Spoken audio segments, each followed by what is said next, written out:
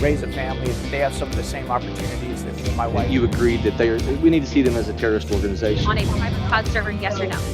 To love country, to love God, and to try to do the right thing. Worked for the nation and the interests of the people. Welcome back to the Fresh Freedom Podcast, your podcast with freedom-loving freshman members of Congress. I'm Eric Burleson from Missouri, and I'm joined by my good friend Josh Burkeen from Oklahoma, and our special guest is Andy Biggs from Arizona. So welcome to the show, Andy. Thanks, you guys. Great to be with you tonight. Can you believe that freshmen could put together a podcast?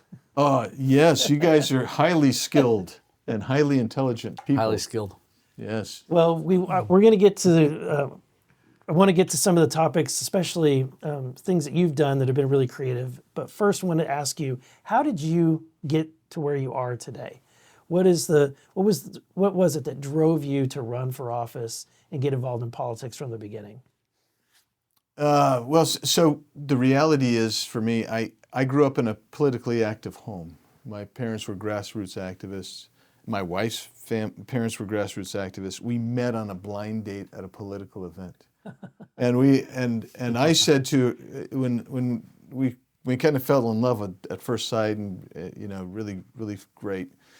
But I told her, I said, politics is so ugly, we will never ever get involved in politics. I said, I just can't do it. And then I finished school. I practiced law. What kind of law did you practice?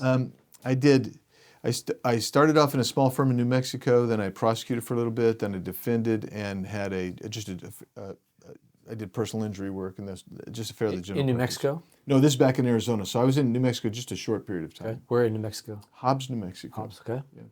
And then went back to the Valley of the Sun where I practiced.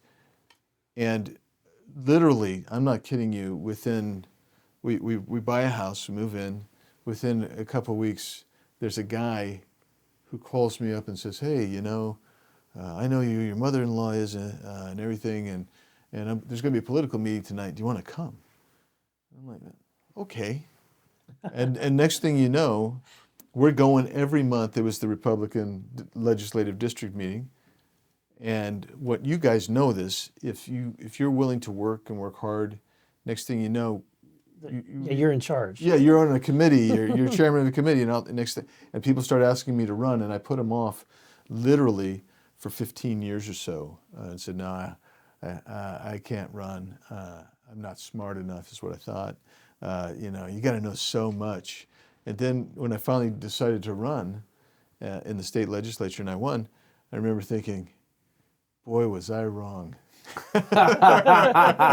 Meaning how much you didn't have to know? Yeah, exactly. Yes. I mean, I was surprised. I mean, coming in as an outsider, I was surprised at how little some folks knew. But we had the biggest, by the way, we had the biggest Republican freshman class in the House of Representatives since statehood when I got elected. So Oh, that's awesome. What year was that? that was 2002. Yeah, that was a big tidal wave for Yeah. Republicans that year. Right. That was a good year. How many 20 and 30-year-olds did you serve with when you came in that had very little life experience outside of? Believe it or not, not very many. Arizona's legislature is really small. It's 60 members of the House, 30 in the Senate, and That's small. yeah, pretty small compared to most states. But not too many 20s and 30-year-olds. I would tell you there's a lot more 30-year-olds than there were 20-year-olds. Yeah. So you served in the House for how long? 8 years. 8 years. Is there a term? Yeah, term limit. We had the same thing in Missouri, so I served 8 years as well. What was your niche? What path did you carve when you were in the House? Kind of a contrarian path. I know you're going to be surprised by that, but one of the reasons I ran is because I wanted to balance a budget, and I was very concerned about the spending. And You guys did not have a constitutional amendment requiring that in we Arizona? we did, but a lot of it is based on projections. How much you do. Oh, project. they can do some funny math in there. Yeah, right. So in fact, they did. I mean, my first week there, they give us a briefing. And they say the revenue is going to be this level, and then by the time everybody decides how much they want to spend, all of a sudden the revenue projection matches Wow. a growth Yeah. of quite a bit of money. So I've always worked on appropriations, but then my second term I got made the chairman of the Transportation Committee, and so I did a lot of transportation for 6 years, and appropriations, and then when I went to the Senate, appropriations was really what I focused on. And then when you got into the Senate, you got into leadership. You went down the leadership path.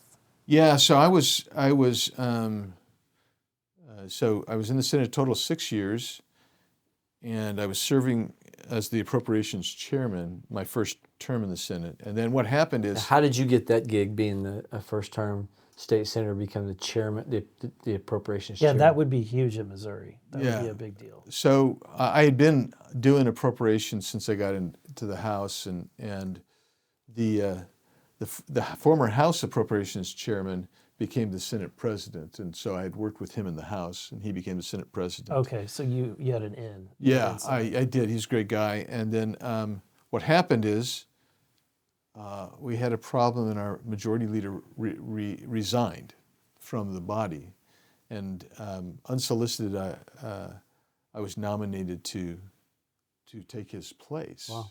And so I ended up taking his. I won that vote and took his place as the majority leader. And so I was doing majority leader and the approps chair, which is really kind of an odd trip. And then our Senate president had been recalled, and so he lost his recall, and the guy who'd been the whip ran for president, and he became the president. And so after my first term, I ran for Senate president, was elected Senate president for the last 2 terms I was in the Senate.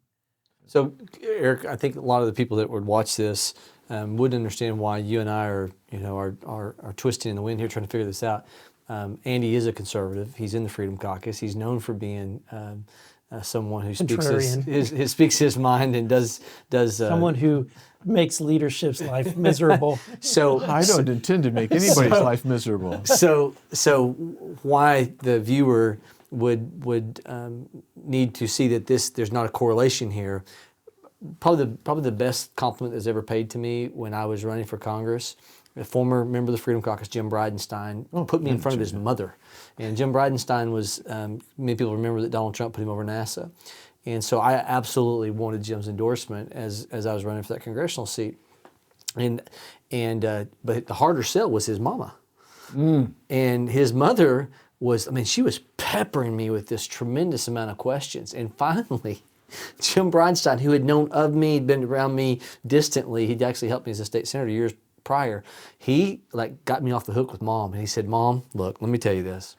He said, the people that make the worst members of Congress are former state lawmakers. Of course, I'm like, this is not going where I want it to, because I'd been a former state senator. Right, yeah. And he said, but, because they play the game, but Josh didn't play the game.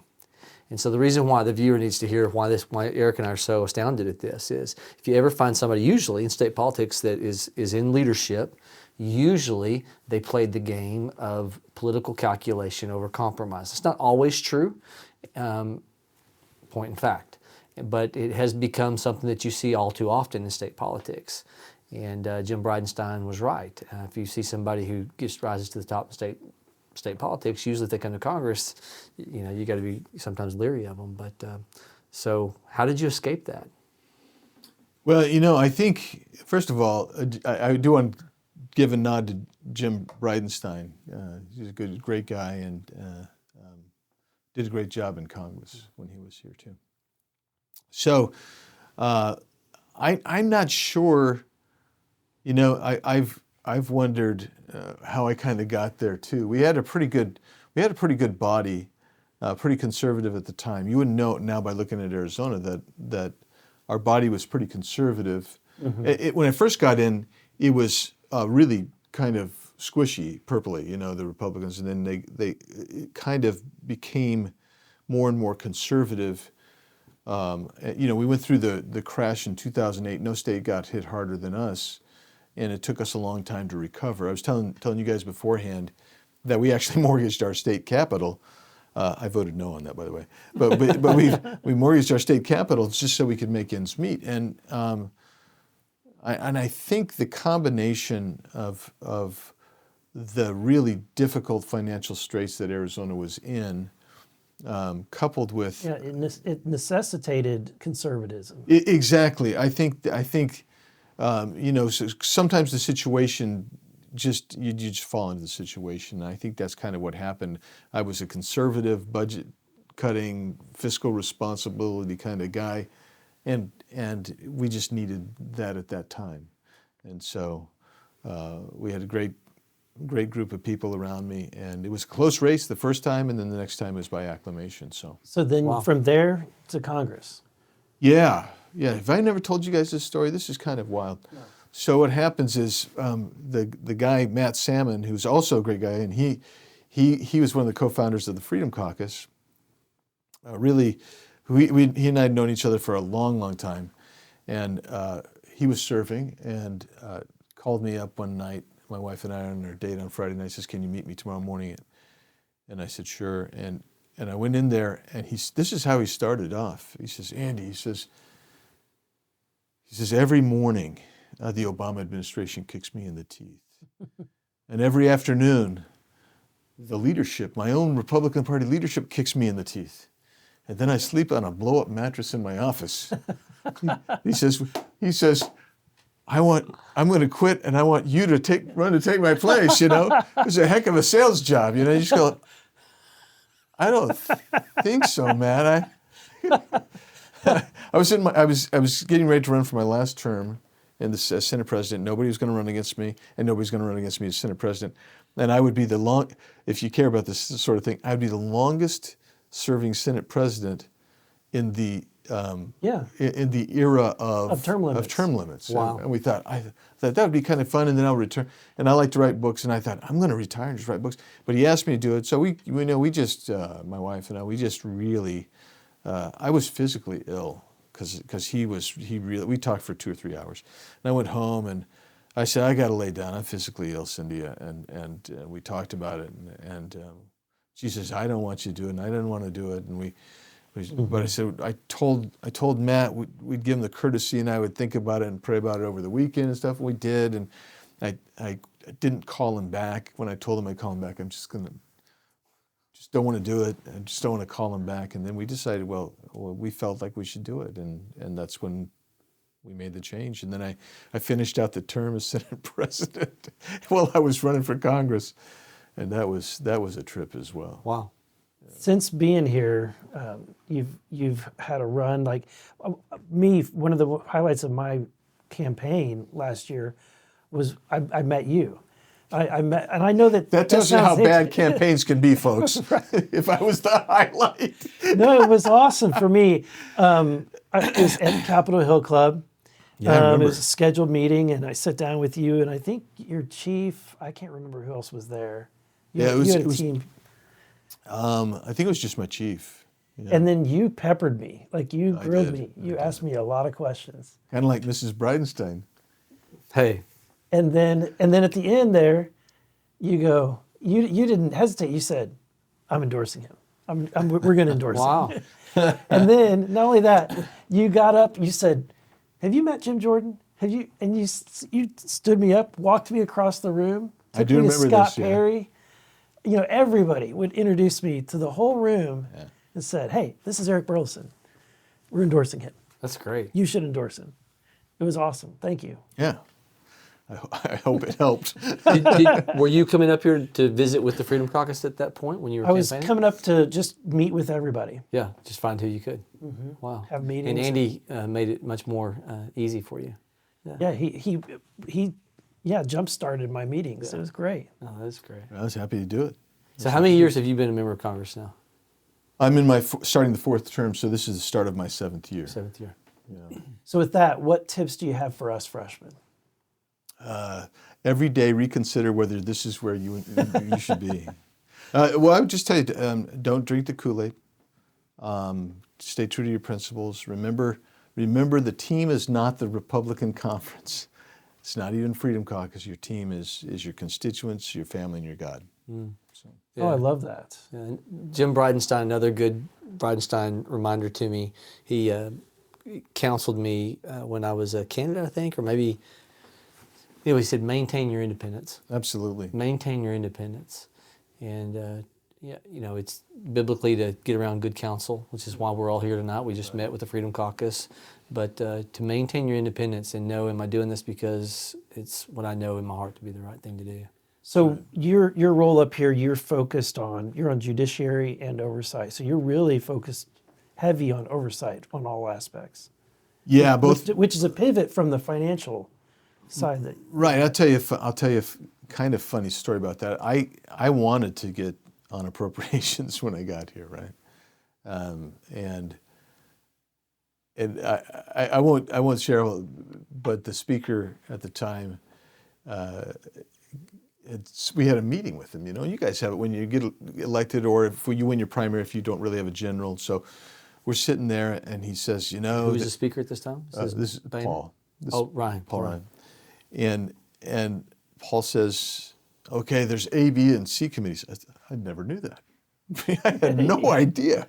And he said, don't be asking, as a freshman, don't be asking to get on an A committee. I said, okay. What are the A committees? One of them's appropriations. Says, okay, yeah, well, I'll have to ask for something else, So I asked for something else, and he calls me up to tell me what committees I've got, and he says, I'm kind of surprised you didn't ask to get on appropriations. And I said, well, you said no. You said don't even ask, and I took you at your word. And he kind of laughed and said, well, everybody asks anyways. And I said, oh, I didn't know that. I had no idea. I took you literally. Yeah, I did. And then I think, as either one or the other of us might have mentioned, that I would probably not have made a good fit because I would have voted no on a lot of their proposed appropriations because they're going to spend so much money, continued deficit spending and stuff like that. But so I ended up with Judiciary, and at the time I was on Science, and then I moved over to Oversight, and that's been a very interesting committee. Both committees, as you say, work on oversight. Judiciary has a different portfolio altogether, though. I mean, we had everything from the Mueller investigation to, when we're going to have the recording industry in a couple of weeks. Well, we've had people like Slash come in. Oh, neat. Yeah, and Guns N' Roses. Right? Guns N' Roses, and we had. I cannot tell you who all. I mean, Peter Frampton came into my office. I saw Van Zant in the hallway. Oh, really? Yeah. Well, you'll see Stephen him. Van Zant. Yeah, Stephen Van Zant from Bruce Springsteen. Yeah. So what happens is, when you do the intellectual property for music rights, there's always a fight between like the record companies, the producers and publishers, and the artists. Yeah. And so they all come in and want to talk to you, and an artist will show up at your door. We had some country singer pops in with his guitar. My whole staff knew who he was. I wasn't there, and you remember his name? No. and he pops out his guitar and sings, it's a trip. It's a really interesting committee to be on. What's your most intense day as a member of Congress? What was the most intense day in 7.5 years of being up here? Probably the speaker race that we had. That was January. In January of this year. That was intense. Second most intense. The last 7 years. January 6, 2021 was intense, very intense. I mean, the lead up for that for me was, that was all the stuff that I was doing. We were going to debate and go on the floor and not vote not to certify Arizona's electors and several others. And so I had spent time doing constitutional research, and I wrote I do this a lot. I write my own speech, and I'm ready to go. And what was your take on Arizona? I mean, if I remember correctly, if you had I want to hear what your constitutional case was on Arizona. Yeah. It was 10,000 votes approximately. Yeah. Georgia was 10,000 votes. Wisconsin was about 10,000 votes. You're talking about 333 million Americans, and in each of those states, Yeah. there was about a 10,000 vote, one way or another. Yeah. That was what the consternation. Yeah, and Arizona had what do we have? Almost 2 million voters, I think, and you still came within 10,000. So my constitutional take was, What was your basis for your argument on the floor? That's what I was. yeah. So just the basis for me was, the Constitution says that the state legislature determines date, time, and manner of an election, and and the courts have held that includes registration deadlines, mail-in deadlines, ballot, etc., that type of thing. Well, in Arizona, what happened is, remember we were in COVID, and there was a left-wing outfit that had been out there, and they'd been very successful, and they'd been registering about 2,000 people a month, mostly, the vast majority, almost all Democrat, and that was one of their goals. And then we moved to the lockdowns and stuff with COVID, and so they couldn't go out, and they were down to like 300 or 400 a month. So they filed a suit saying, "Hey, we need more time." And I can't remember the exact dates, but they said we need more time because we're down to 300 or 400 a month because we can't get out. And the court unilaterally said, "We're going to give you," I think it was like it may have been 3 weeks. We're going to give you an additional 21 days to register.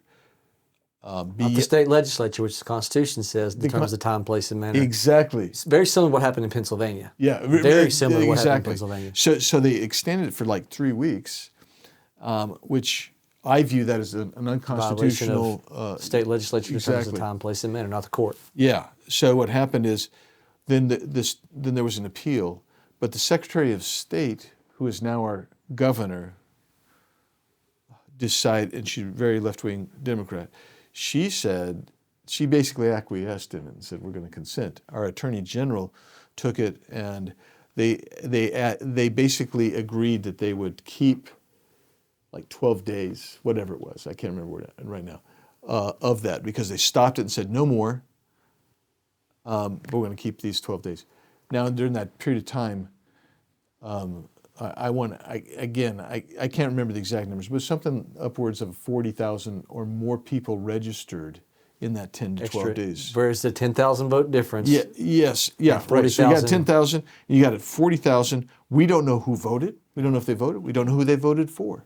But we know that those were unconstitutional, illegal votes. What happens in Arizona? I mean, Georgia's making some changes with their absentee ballots. Wisconsin's done away with the drop. They had a Supreme Court decision that says no more mail-in drop box ballots. What's happened in Arizona? So you have as I say, the Secretary of State at that time is now our governor, a left-wing Democrat. And so the legislature has passed legislation. She's vetoed it. In fact, she's vetoed more legislation than any governor in Arizona history. And she's doubled the most vetoes ever. So we're in trouble. How in the world did she win? Wow. So. Question. Yeah. Anata wa Nihongo, is it Hanasai? Hanashimasu. Hanashimasu ka. はい、日本語ができます。どうして日本語で喋るか。I gave you all that I know. What the heck are you doing? Hajimemashite. よろしくお願いします。Dozo yoroshiku. He's speaking Japanese. Wow. I say that because I think it's very interesting. I'm a novice, but you speak fluent Japanese. No, even when I was good, I don't think I was ever fluent. I think. How does somebody from Arizona learn Japanese? Well, let me just tell you, I served a mission for my church in Japan for 2 years, and then I came back and continued to study at undergrad. But my feeling, my thought has always been, it is only the native speaker who speaks fluently in Japan, and this is and I'm not alone. Especially the written language. Oh yeah, so I used to be pretty good at reading and writing. Could read in a newspaper and what have you. Wow. And The because there's the hiragana, there's the katakana, and then there's the kanji. Yeah. And the kanji, so How do you this know is their this? alphabet. I studied Japanese in high school. But the hiragana, the katakana, there's like I studied for 2 weeks and I passed. 46 Yeah, that's right. characters. 46. But with the kanji, there's like thousands of basically symbols that represent a word or a thought. And there's just no way to memorize all of them. Wow. But see, what the thing about kanji is, what makes it even more difficult is, so they're Chinese characters. So they're lifted from China, and each But assigned a Japanese word. it's assigned. Yeah. So you assign two things: an own reading and a kun reading. So an own, it means the sound. So you got the sound reading for it, and you might have a couple of sounds, and then you have the kun reading, which is so if you did the character for Hashiru, which is to run, you would have you might have several different readings of that character besides Hashiru, and I think I can't remember what it is, Saki or something. Sen. No, it's Sen. Sen is the own. So you'd have those, and as you read them, you'd have to contextualize them as well. So. And your application these days for your knowledge of the Japanese culture? I go in spurts depending on how busy I am. If I feel I've got time for a while, I used to watch Japanese news every morning, just for about 20 minutes of just to kind of keep my ear up. And it's real weird when I've been back to Japan. It's different than when I first got there. When I first got there, I'd learned how to say a whole lot of things, but I couldn't tell what anybody was saying back to me, So, yeah, because it's just like here they speak fast, really fast. Yeah, and so I would say something like, "Hello, I'm a representative of my church. I'm a young college student. I'm here in Japan, and I was wondering if you might be interested." And they might say, "Well, where in the world are you from?" And I would say, I'm there are 6 people, 7 people in my family, because I didn't understand what they said. I thought, Yeah. And so, but now when you go back, it takes a while. I can understand more about what they're saying, but it takes me a long time to process. Okay, well, what's the word? What's the word for where? I mean, that I remember, but I mean, so you have to process this. It's a different feeling. What was the most unique experience I've never been to Japan. What was your most unique experience in your time there? Oh my goodness. Did you go to Hiroshima? I've been to Hiroshima. I took my family back to Hiroshima. I would just say almost from the very beginning. It's just this remarkable country. I met the guy. We always were in companions in twosome, so we could always have help and whatnot. So I was going to meet this guy in one of the cities I was going to, and I couldn't speak much, And I got my suitcases.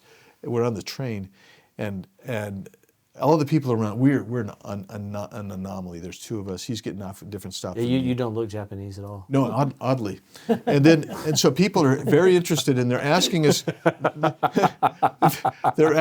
questions, and I'm doing the best I can to field answers, But the main thing is I can say, I got to get off at Minami Kokura Eki. That's all I know how to say that. And I get there, but I can't read the characters yet, nothing. And I'm like, finally you see it in alphabetized characters, and I say, okay, this is it.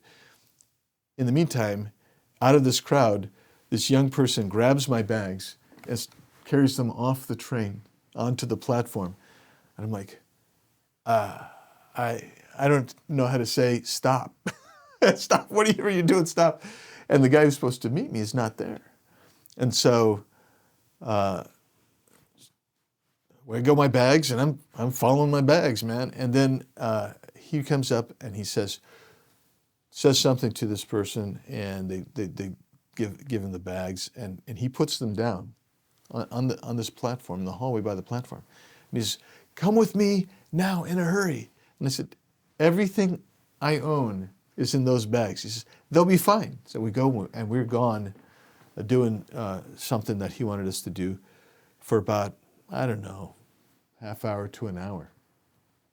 Can you imagine doing that in New York No. or Detroit? Yeah. Well, we go back. My bags haven't been touched. They've not been touched. That's how Japan is. Wow. Yeah, it's very safe. Yeah. Almost no crime. Yeah, very, very. But it's very also nice. very unchurched. What's their punishment? 'Cause Is that the key? Is their swift punishment? No, I would say the cultural teachings in Japan. I mean, they're for them it's all roads lead to the top of the mountain. So they're Buddhist, they're Confucian, and they're Taoist, and they have this sense of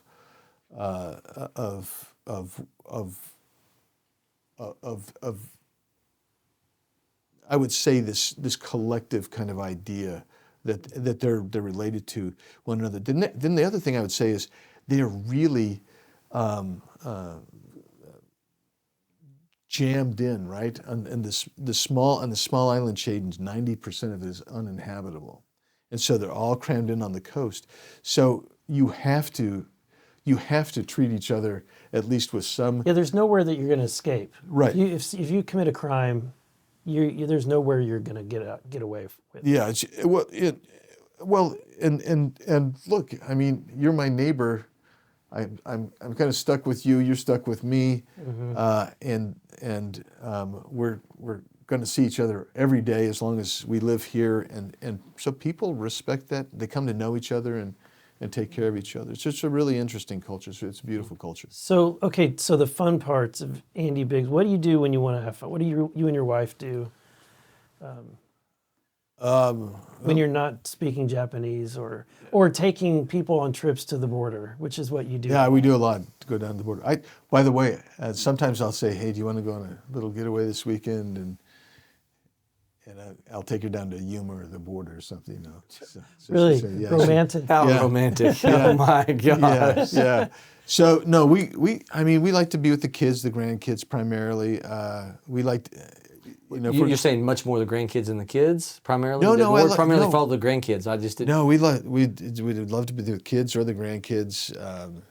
There's a chance to throw your kids on the bus. Yeah, no, I can't do it. I mean, they're too great. They always support. They've always been very supportive. But if we get a chance, we like to go to, a beach place. I mean, we prefer beaches to mountains. We're beach people. Some people are mountain people. We're beach. Well, because you live in a beach with no ocean. Yeah, we're all sand, no water. Desert rats. All sand, no water. We're still waiting for that beachfront property to come, but it hasn't happened yet. So, do you like movies? Oh yeah, we watch a ton of old movies. That's what we do. Like the old stuff? We like the old movies. I mean, Turner Classic type. Yeah, right? Yeah, Turner Classic. Just think of it as, I mean, like if you were to ask me the best movies, they're all going to probably be over 20, 30 years old. And how much John Wayne's involved in your classic list? Well, see, Cindy's not a big Western fan, but on my iPad as I'm flying back and forth, there's a lot of John Wayne Westerns on. So Cary Grant is a great. I love Cary Grant, Gregory Peck, Jimmy Stewart. Oh, man. Yeah, Jimmy Stewart. He actually was, legitimate, not just a quality actor, but a quality human being. He served his country in World War II. Just an incredible story. Yeah, he is a great guy. And by the way, do you want to know where all his movies and memorabilia are stored? There, at Brigham Young University. Really? Yeah, he donated them to BYU. So what are you watching? If you're Netflixing something today? What are you watching? Well, I don't Netflix. Okay. I beat you there. I knew this. If he's doing Turner Classic movies, he's not there. Well, man. they're all on. I mean, you can watch all the classics. Yeah. No. So if I was watching, I was telling my wife because she was quoting from this movie recently that I'm almost in the mood to watch. Okay, there's a couple movies. Designing Woman. Okay. With Gregory Peck and Lauren Bacall. What are you doing here? It's a romance comedy. From the 1950s. Very, very good, very funny movie. Another one is How to Marry a Millionaire. Again with Lauren Bacall. but Marilyn Monroe's in it, and it's just a good movie. So you watch these old movies. Do you have some of those old movie lines memorized? Like I can give you some Tombstone movie lines. You look like somebody just walked over your grave. And Lonesome Dove movie lines. That would be where I would pull my movie lines from. What would be your movie lines? Or Gladiator? I could pull a movie line from Mine would Gladiator. come from The Big Lebowski. I'm the dude. So that's what you call me, you know? Lebowski. What would be a movie? Where would you pull a movie line from? Well, we quote all the time from those movies that I just mentioned. And we quote my kids named their little one of their singing groups after a line from North by Northwest. Wow. It's called I think it's called Laura's Mercedes. Roger, you didn't take Laura's Mercedes again, did you? You didn't borrow Laura's Mercedes. No, I didn't borrow Laura's Mercedes. It's hilarious. I mean, that's when the mom is talking exactly. to him at the house when he's going back to the house, right? And they've got him drunk, and they throw him in Laura's Mercedes, And anyway, but we in my family, there's a lot of quotes from The Burbs, and a lot of quotes from Nacho Libre. Both good movies. And I'm embarrassed to say those are probably on the top 10 list. But nonetheless, there's a lot of quotes from those movies. That's good. This is behind the scenes where people get to see things that you would never hear. Somebody in Congress going to a town hall and talking about something like this. What a unique angle to be able to hear some of this stuff. Well, before I forget, we want to get people to watch the documentary that you filmed. Yeah. And it's called Alien Invasion. That's right. Yeah. And where can people watch it?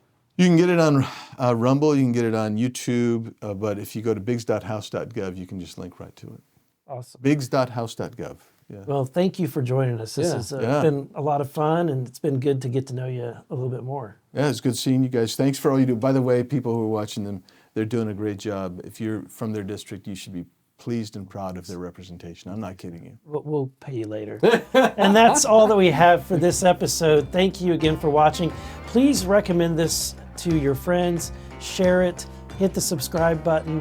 And also, if you'd like for us to ask a question in a future episode, please leave one in the comments below. And that's all we've got. We'll see you next time for the Fresh Freedom Podcast.